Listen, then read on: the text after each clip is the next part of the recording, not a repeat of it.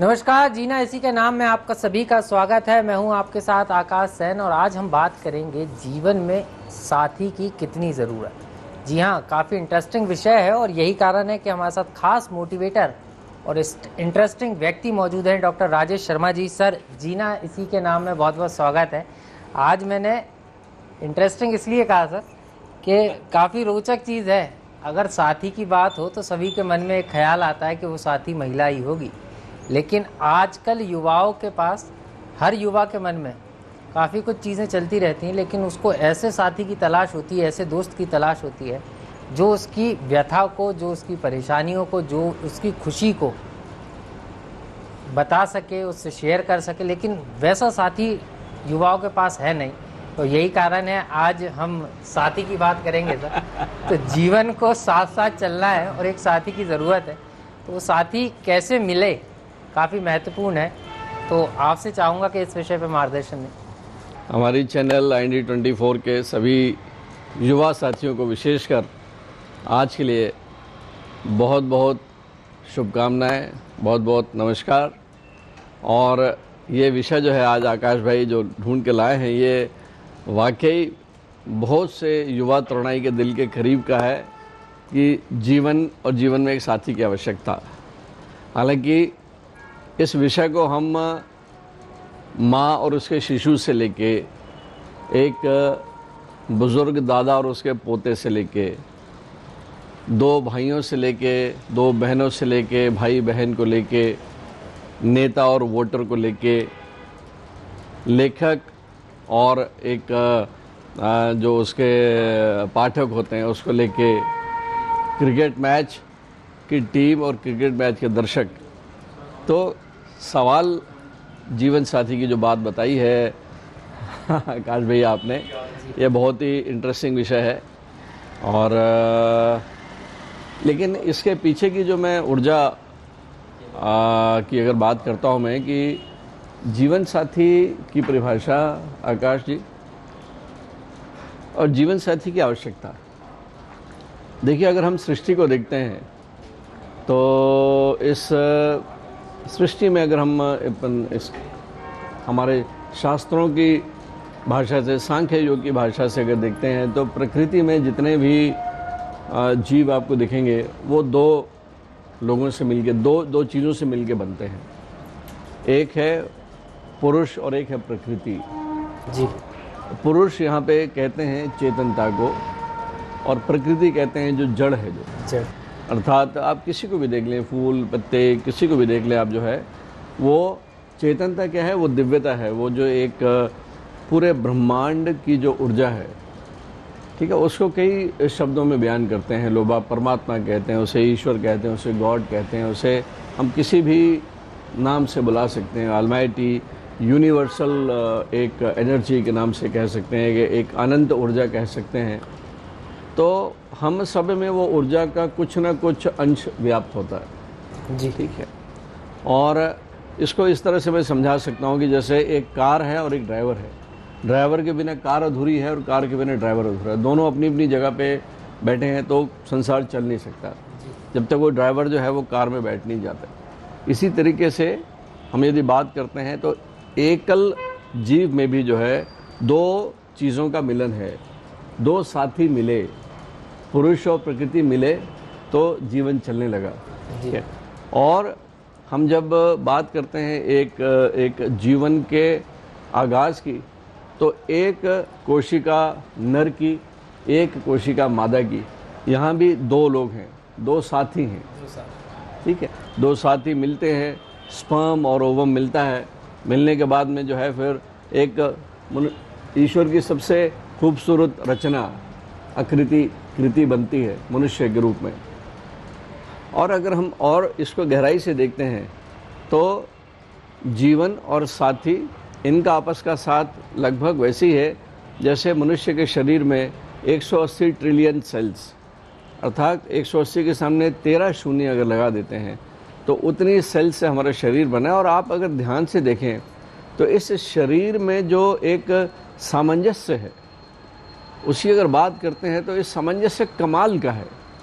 कमाल का मतलब जो है पूरे 180 के 180 सेल सिर के बाल से लेके पैर के नाखून तक जो है सारे के सारे सेल जो हैं एक दूसरे के साथ किस तरह से एक हारमोनी के साथ में एक सिंक्रोनाइज करके एक म्यूजिक एक ऑर्केस्ट्रा जैसे आपस में रहते हैं, एक दूसरे की बात मानने, एक दूसरे का ख्याल रखने का।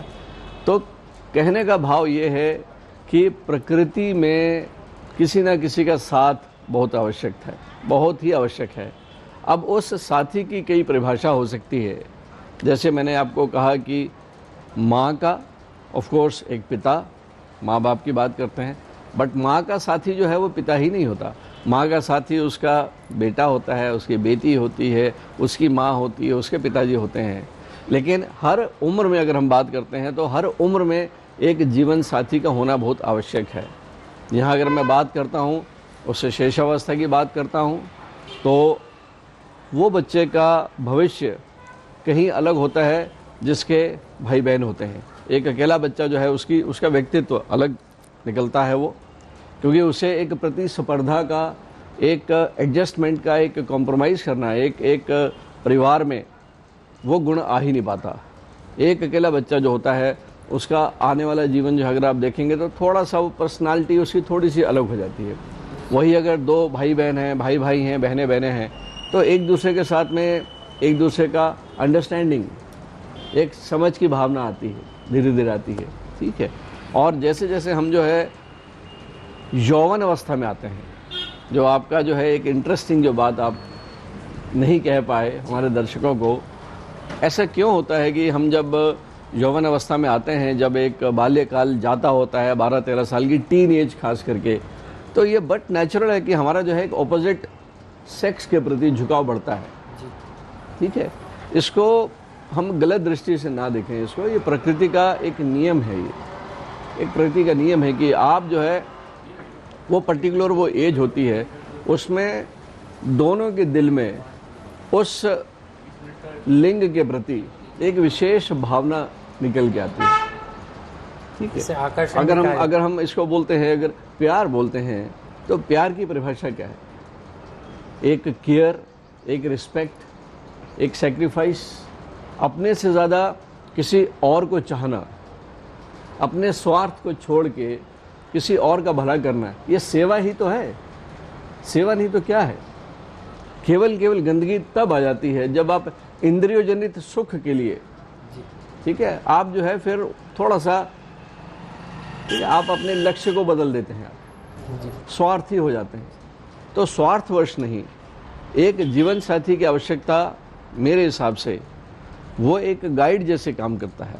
अगर आपको सच में अगर कोई अपना जीवन साथी मिलता है, एक स्टेज के बाद तो शादी सभी की होती है, हम सब के सब पाणी ग्रहण संस्कार में जाते हैं, लेकिन उसके पहले भी जो है मैं इसको बुरा नहीं मानता कि अगर कोई आपके जीवन में जो है बचपन के दोस्त, मुझे मालूम होता है कि कहा भी जाता है कि आपके जो दोस्त हैं वो दूर के रिश्तेदारों से कहीं ज़्यादा बेहतर होते हैं, कहीं ज़्यादा महत्वपूर्ण होते हैं। और मैं अपने व्यक्तिगत अनुभव से भी कह सकता हूँ, और आप सब जो है एक स्टेज के बाद अगर देखते हैं, जो दोस्त नहीं है तो जीवन नहीं है। और ये तो कहा भी जाता है कि अगर मैं अगर मेडिकली अगर बात करता हूँ मैं, कि जो जीवन में एक लाफ्टर होता है, एक कहावत है, laughter is the best medicine जी, ठीक है। वृत्तांत है कि वो मनुष्य का जीवन जो अपने रोज़मर्रा में रोज़ कम से कम एक बार ठहाके लगा के हंसता हो। मुस्कुराना, हंसना ये एक अलग बात होती है, लेकिन एक ठहाके लगा के, खिलखिला के ठहाके लगा के हंसना, ये आज की डेट में एक रेयर कमोडिटी हो गई है, रेयरेस्ट चीज़ हो गई है, जैसे बहुत महंगी हो गई हो। लोगों की मुस्कुराहट नहीं निकलती है। अगर तो दोस्ती जो होती है, जब हम चार दोस्त बैठते हैं, वही पुराने बचपन की बातें याद करते हैं, तो जीवन साथी आपका जो है, हम उसे सोलमेट बोल लें, हम उसे एक अच्छा दोस्त बोल लें, जिसके साथ आप अपनी जो है चीज़ें शेयर कर पाओ, और एक ऐसा दोस्त जो ट्रस्टवर्दी हो, जो आपको वक्त आने पे गाइड कर सके आपको, और बुरे वक्त और वक्त आने पे आपकी निंदा भी कर सके, वक्त आने पे आपकी निंदा भी कर सके। दोस्त वो नहीं होता जो आपको बटरिंग करता है, वो तो जो है वो तो चालू आदमी हो गया, उसे आपसे कुछ चाहत है, वो यस मैन हो गया, वो चमचा हो गया आपका। तो दोस्त और जीवन साथी जो होता है, बेसिकली जीवन साथी का जीवन में बहुत महत्वपूर्ण है आकाश जी। और हमें एक अच्छे जीवन साथी की तलाश के जो गुण हैं, हमें संयम के साथ में, धीरज के साथ में, वक्त आने पे कई ऐसी परिस्थितियां समझ में आती हैं कि कौन हमारा बेहतर साथी हो सकता है। सर, आपने बड़ी बात बताई कि कौन हमारा बेहतर साथी हो सकता है, लेकिन आजकल की भागदौड़ भरी ज़िंदगी में अगर हम बात करें तो जिस तरीके से आपने इस बात को भी कहा कि जीवन के हर स्टेज पर एक साथी की आवश्यकता होता है। बचपन में माँ और बेटे का रिश्ता होता है, माँ के बिना बेटा नहीं रह सकता, बिना बोले कब बच्चे को भूख लगी है, कब प्यास लगी, माँ को सब पता होता है। और ठीक वैसे ही एक दोस्त को पता होता है कि मेरा दोस्त अभी रात में पढ़ रहा होगा तो उसे अब कॉफ़ी की ज़रूरत होगी, सारी चीज़ें छोड़ के वो उसे कॉफ़ी पिलाने आता है। लेकिन सर, इस तरीके के रिश्ते आजकल देखने को नहीं मिलते। हर व्यक्ति मौका परस्त हो गया है, या जिस तरीके से आपने भी जिक्र किया कि कई सारी चीज़ें स्वार्थवश करना है, और इसमें कहीं ना कहीं युवा अपने आप को अकेला पाने लगा। तो सर, आपको नहीं लगता कि ऐसे में एक अच्छा साथी कैसे मिले? और एक परेशानी ये भी आ रही है कि आजकल का युवा किसी से भी कुछ कहने से डरता है और उसका पूरा समय सोशल मीडिया पर या किसी गेम पर केंद्रित हो जाता है, और आखिरकार जो जीवन लीला है वो ऐसे मोड़ पर पहुंच जाती है कि कई बार जो उसके माता पिता या हम लोगों ने नहीं सोचा होगा वो कर गुजरता है। तो इससे कैसे बचें सर? आकाश जी, देखिए, आपने जैसे ये बात कही कि एक युवा अपने आप को अकेलापन एक कॉम्प्लेक्सिटी है। लोनलीनेस ये एक प्रकार की एक ऋणात्मक ऊर्जा है, एक ऋणात्मक आपके व्यक्तित्व का एक डार्क पहलू है।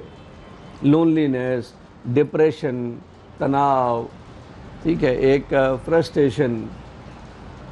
यदि आप किसी की तरक्की को देख के खुश नहीं होते हो, यदि आपके मन में ये भाव है कि उसकी कमीज़ मेरी कमीज़ से सफ़ेद क्यों, ठीक है, यदि आप जीवन में शॉर्टकट अपनाना चाहते हैं, यदि आपके जीवन में आपका लक्ष्य केवल किसी को देख के उससे ज़्यादा लेना है, आप अपने जीवन का लक्ष्य किसी और को देख के उसके लक्ष्य से ऊपर जाना चाहते हैं, तो आप तो नकल कर रहे हो।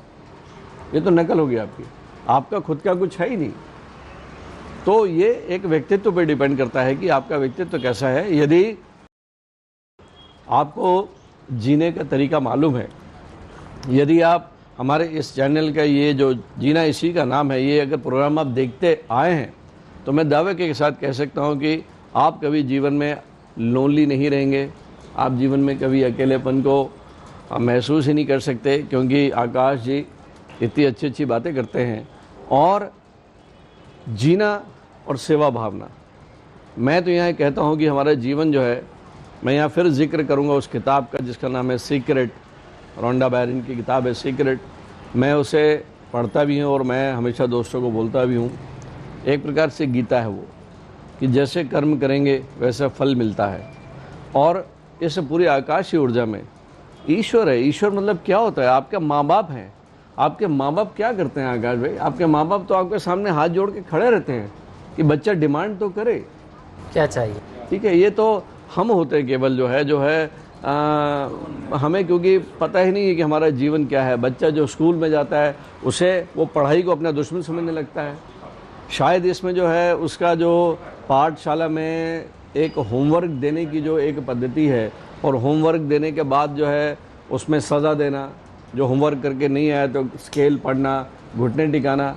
मुझे ये लगता है कि बच्चे में एक पढ़ाई के प्रति, अपनी पढ़ाई के प्रति एक इंटरेस्ट नहीं पैदा कर पाना, ये भी एक प्रकार की एक कमी है हमारे यहाँ के सिस्टम में देखा जाए तो।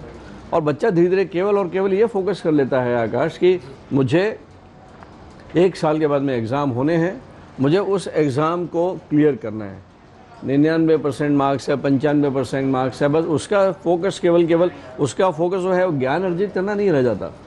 उसका फोकस ज्ञान अर्जित नहीं करता, अंक अर्जित करने में, ठीक है। वो केवल और केवल एक लक्ष्य है उसका, केवल अंक अर्जित करना है, क्योंकि उसको मालूम है कि मैं जो है आगे जाके जो है मुझे IIT क्रैक करनी है, या मुझे कोई सेट का एग्ज़ाम देना है, या मुझे कोई कॉम्पिटिटिव एक ओवरऑल एक सार्वभौमिक जो एक होलिस्टिक ग्रोथ होना चाहिए, समहाउ उसकी कमी हो जाती है। यहाँ पे मुझे मालूम है कि हमने जब स्कूल में पढ़ा था तो हम कंबाइंड स्टडी करते थे। क्यों कंबाइंड स्टडी करते थे? कंबाइंड स्टडी का पीछे एक रीज़न है कि एक अकेला आदमी जब बैठ के पढ़ाई करता है तो 1 घंटा 2 घंटे 3 घंटे में जो है थोड़ी बोरिंग होने लगती है। वही यदि जो है 2 लोग मिल के बात करते हैं तो 2 घंटे की जगह आप 6 घंटे पढ़ सकते हो, 4 घंटे पढ़ सकते हो, एक दूसरे के साथ डिफ़िकल्टी समझ सकते हो। तो जीवन साथी का मतलब जो है यहाँ पे एक बड़े, और दूसरा मैं तो ये कहता हूँ कि स्वार्थ को हमेशा पीछे रखो आप जी। ठीक है। आपको अच्छा जीवन जीना है, क्योंकि आज जो है आप 20 साल के हो, कल आप 40 के होने वाले हो, 60 के होने वाले हो, पूरा जीवन आपके सामने पड़ा है। तो आप अपने जीवन के निर्माता आप खुद हो, you are the architect of your life. तो ये अपने हाथ में लेना है, वो स्टीयरिंग जो है अपने हाथ में लो, वो स्टीयरिंग किसी और के हाथ में नहीं होनी चाहिए। कोई दूसरा व्यक्ति, समाज, बाहरी समाज जो है आपके चरित्र का निर्माण करे, बाहरी समाज के कारण जो है आप अपने नेचर बदलते जाओ। कुछ लोग चिड़चिड़े हो जाते हैं, कुछ लोग जल्दी क्रोध करने लगते हैं, और उसके कारण जो है फिर एक उम्र के बाद में किसी को हाइपरटेंशन हो गया। हाइपरटेंशन मतलब ब्लड प्रेशर, उसका नाम ही रखा हुआ है कि टेंशन के कारण। भाई टेंशन क्यों? ना टेंशन देने का है, ना टेंशन लेने का है, बिंदास जीने का है। तो ये चीज़ें जो हैं, और ये आती अभ्यास से हैं आकाश जी। आप अपने साथियों के अगर बात करते हो, दूसरा जो है अगर कहीं 4 दोस्त बैठे हैं तो अचानक ऐसा होता है कि भी एक, हम अक्सर बात करते हैं चल भी आज उसको अपन टारगेट बना के, गलत बात है। क्या कर रहे हो आप? बिल्कुल सही कह रहे हैं। आप किसी के ऊपर छीटा किसी करके, किसी का मजाक, किसी का उपहास, एक सरकास्टिक कमेंट्स करके आपको सिद्ध होते हो कि आप बहुत बड़े हो गए। ये आपकी विकृति है, ये एक मानसिक विकृति है कि 4 दोस्तों में किसी दोस्त की जो है लाइन छोटी करना, 4 लोग हंस दिए, ऐसे नहीं। ये आपके अंदर का खोखलापन है, ये आपके अंदर का भय है। सबकॉन्शियसली कहीं ना कहीं आप अदने हो, आप बौने हो। आप उस बौनेपन को कम करने के लिए जो है आप किसी का उपहास उड़ा के अपने आईने में खुद को आप बड़ा पाने की कोशिश करते हैं। ये आपकी प्रकृति का दोष है। दोस्तों में तो ये होती है कि दोस्त के लिए तो आदमी जी जान लगा देता है। अगर ऐसा नहीं है तो आपकी कोई दोस्ती नहीं है सर, जीवन साथी नहीं हो आप। शायद यही कारण है कि आजकल ऐसे अच्छे दोस्त भी नहीं मिलते। बड़ी बात आपने बताई कि वो आईने में बूने हो जाते हैं, उनको दिख भी रहा हम बूने हैं, लेकिन बाहर तो बड़ा दिखा देते हैं, लेकिन ईश्वर भी फिर आखिरी में उनका साथ नहीं देता। बिल्कुल सही कहा। तो सर इसी के साथ एक चीज़ और समझना चाहूँगा, आप हमेशा कहते हैं और इस बात को भी कि लोग हमेशा अपना लक्ष्य बदल लेते हैं, या हम जिस नाव पर सवार हैं उस नाव पर भरोसा करना सीखिए। और ख़ास तौर पर आज के युवा की अगर हम बात करें तो युवा अपनी नाव पर भरोसा नहीं करता। और आप तो इस बात को कहते भी हैं कि नाव बदलने की ज़रूरत नहीं है, नाव की दिशा बदल दो, नया किनारा मिल जाएगा। जीवन में खुशियाँ नहीं है कोई बात नहीं, संयम रखो, दिशा बदलो, लक्ष्य ज़रूर मिलेगा। तो सर ऐसे समय, क्योंकि आज हर युवा अपने आप को अकेला पा रहा है, पहले जॉइंट फैमिली हुआ करती थी, दादा थे, दादी थी, माता थे, पिता थे। आजकल माता पिता कार्यालय में है, दादा दादी है ही नहीं क्योंकि माता पिता अलग रहते हैं, और अब बच्चे के पास सिर्फ अपना बचपन है, अकेलापन है, और जो दोस्त हैं वो भी ऐसे कि जो मजाक उड़ाते हैं। तो ऐसे में बच्चा जब अकेला हो जाता है तो उसको एक साथी की तलाश होती है, और उस समय अगर बेहतर साथी नहीं मिले तो फिर जीवन खराब हो जाता है। तो कैसे साथी का सिलेक्शन करें, और ख़ास तौर पर ऐसे समय पर जो पेरेंट्स हैं उनको आप क्या कहना चाहेंगे? क्योंकि सबसे पहले बच्चा किसी के पास आता है तो पेरेंट्स के पास आता है, लेकिन पेरेंट्स उसकी बात नहीं समझ पाते। आकाश जी, मैं यहाँ पे ये कहना चाहूँगा कि ये आवश्यक नहीं है कि जीवन साथी 2 पैर वाला ही हो जी। ठीक है। अगर मेरी परिस्थिति ऐसी है कि मेरे माँ बाप जो हैं दोनों जॉब करते हैं और मैं 6वीं 7वीं का बच्चा हूँ मैं, ठीक है, और मुझे घर में कुछ समय अकेले रहना पड़ता है। वैसे तो आजकल जो है 3rd क्लास से ही हम लोग स्कूल भेज देते हैं, और अभी जो एक नई शिक्षा नीति आई है उसमें कम से कम 15 साल स्कूल में रहना आवश्यक है। 3 साल से लेके 8 साल की उम्र तक बहुत ही प्यारी शिक्षा नीति जो आई है नई 5+3+3+4 वाली जो है, कि 3 साल से लेके 8 साल तक बच्चे का फाउंडेशनल ईयर होता है, फिर 8 से 11 साल तक उसकी मानसिकता कैसी है, फिर 11 से 14 और 14 से 18। इस तरह से ये नई शिक्षा नीति आई है, बड़ी बेहतरीन शिक्षा नीति है आकाश भाई। लेकिन यहाँ मैं कहूँगा, आज मैं ये आराम से कह सकता हूँ कि पुस्तक, किताबें, वो भी एक जीवन साथी का ऑप्शन है। जीवन साथी का मतलब ये नहीं हो सकता कि हमेशा जो है आपकी कोई गर्लफ्रेंड हो, आपका कोई बेहतरीन दोस्त हो, या ये तो है ही है जीवन में, लेकिन इनके साथ साथ में इसेंशियली अनिवार्य रूप से जो है आपको अध्ययन करना चाहिए, किताबें पढ़नी चाहिए। कोर्स की किताबें तो हर कोई पढ़ता है, लेकिन हम जब बात करते हैं तो अध्यात्म की किताबें हैं और कई पर्सनल डेवलपमेंट की किताबें हैं, इंडिविजुअल डेवलपमेंट की किताबें हैं और एक से एक बढ़ के किताबें हैं। अगर हम जो है पुस्तकों को, किताबों को भी अपना एक जीवन साथी मान लेते हैं तो ये मान के चले कि आपके अंदर जो सोना है ना 24 कैरेट कैसे बनेगा जी, उसमें अशुद्धियाँ खत्म होने लगती हैं। और उसके बाद चिंतन करना बैठ के, केवल ठीक है आपको नॉवल अच्छा लगता है, नॉवल पढ़िए आप, लेकिन पढ़ते पढ़ते आप जो है उस लेखक की शैली देखें कि कैसे शब्दों का चयन करता है और किस तरीके से उसने किस बात को कहना चाहा है, बिल्कुल। वो उसको फील करना ही महत्वपूर्ण है। बिल्कुल। और सर यही कारण है, आप ये तो कहते हैं पढ़ना भी है और उसको लिखना भी है, क्योंकि अभिव्यक्ति भी जरूरी है। मतलब किताबें दोस्त भी हो गई और साथी भी हो गई, क्योंकि कई लोग डायरी लिखते हैं और आप खुद भी सर काफी कुछ लिखते हैं। मैं लिखता तो हूँ। वो कितना जरूरी है सर लिखना? बहुत आवश्यक है। ये चीज़ है, ये जो हमें ये आदत तो बहुत जल्दी बचपन से अगर हो तो हमें एक ऐसी हैबिट हमको पाल लेनी चाहिए कि हम जो है अपने प्लानिंग के साथ में लक्ष्य निर्धारित करते हैं। यदि जैसे जैसे हम एक छुट्टी पे जाने, मान लीजिए आज हमको एक परिवार ने यदि एक इच्छा जाहिर की चलो हम आज जो है अपनी गाड़ी से ही कहीं चलते हैं जी, एक लंबे सफ़र पे चलते हैं, तो सबसे पहले मैप निकाला जाता है। मैप निकालने के बाद में फिर उसकी प्लानिंग होती है, एग्जीक्यूशन होती है। चलो यहाँ से चलेंगे, रोज़ 400-500 किलोमीटर का सफ़र तय करेंगे, यहाँ रुकेंगे, फिर वहाँ होटल बुक कराएंगे। ये सारी की सारी चीज़ें प्लानिंग के तहत होती है। ऐसे हम जब अपना लक्ष्य निर्धारित कर लेते हैं, जब एक लॉन्ग टर्म गोल है, उसके बाद जो एक शॉर्ट टर्म गोल है और एक इमीडिएट गोल है, उन गोल को भी यदि हमको प्लानिंग करना है, एग्जीक्यूशन करना है, तो हमको लिस्ट होनी है व्हाट टू डू। जो काम करने हैं उनको भी अगर हमने लिखना शुरू कर दिया, उसके बाद जो है आपने उनको एग्जीक्यूट किया, उसके बाद शाम को फिर एनालाइज़ किया, एवेल्यूएट किया कि क्या कमी रह गई, क्या नहीं हुआ, ये आपको मालूम होना चाहिए। आज का दिन ख़त्म होने से पहले आपको पता होना चाहिए कि आज के जो काम निर्धारित थे उनमें से क्या नहीं हुए, उनको आपको कल पे प्लानिंग में डालना चाहिए उसको। इस तरह से धीरे धीरे करते करते आपकी एक पर्सनालिटी डेवलप हो जाएगी आकाश जी। आप जीवन में कोई भी काम ऐसा नहीं होगा कि एक काम छोड़ा दूसरा लिया, दूसरा छोड़ा तीसरा नहीं। आप किसी कार्य को पूर्ण करेंगे, आपका एक संपूर्ण व्यक्तित्व अपने आप निखरेगा, विकसित होगा। सर पता ही नहीं चला, इतनी महत्वपूर्ण बातें आज आपने बताई साथी के बारे में। समय का माफ़ी के साथ आपको रोक भी रहा हूँ और धन्यवाद भी दे रहा हूँ। बहुत बहुत धन्यवाद जीना इसी के नाम में जुड़ने के लिए। सर जिस तरीके से सर ने हमें आज काफ़ी सारी चीज़ों के बारे में बताया, और ख़ास तौर पर व्यक्तित्व विकास और अपने अकेलेपन को दूर करने के लिए जिस साथी की आप तलाश कर रहे हैं, वो साथी की तलाश इस प्रोग्राम देखने के बाद खत्म हो सकती है। बस करना क्या है, एकाग्रता के साथ किताब को दोस्त बनाएं, जो भी आपको पसंद है उसको दोस्त बनाएं और ईमानदारी से स्वार्थ त्याग कर, चाहे वो किताब हो या एक बुक की बात बार बार आ रही है, उस बुक के बारे में कुछ लिखना शुरू करें। और जब लिखेंगे तो आपका मन आनंदित होगा, प्रसन्न होगा। तो जब मन प्रसन्न होता है तो जीवन खुशमय के साथ साथ आनंद की जो अनुभूति है वो मन तक पहुंचती है, और इसी मन को जीना इसी का नाम कहा जाता है। अगली बार किसी और टॉपिक के साथ आपके सामने हाजिर होंगे, तब तक के लिए मुझे दीजिए इजाज़त। नमस्कार।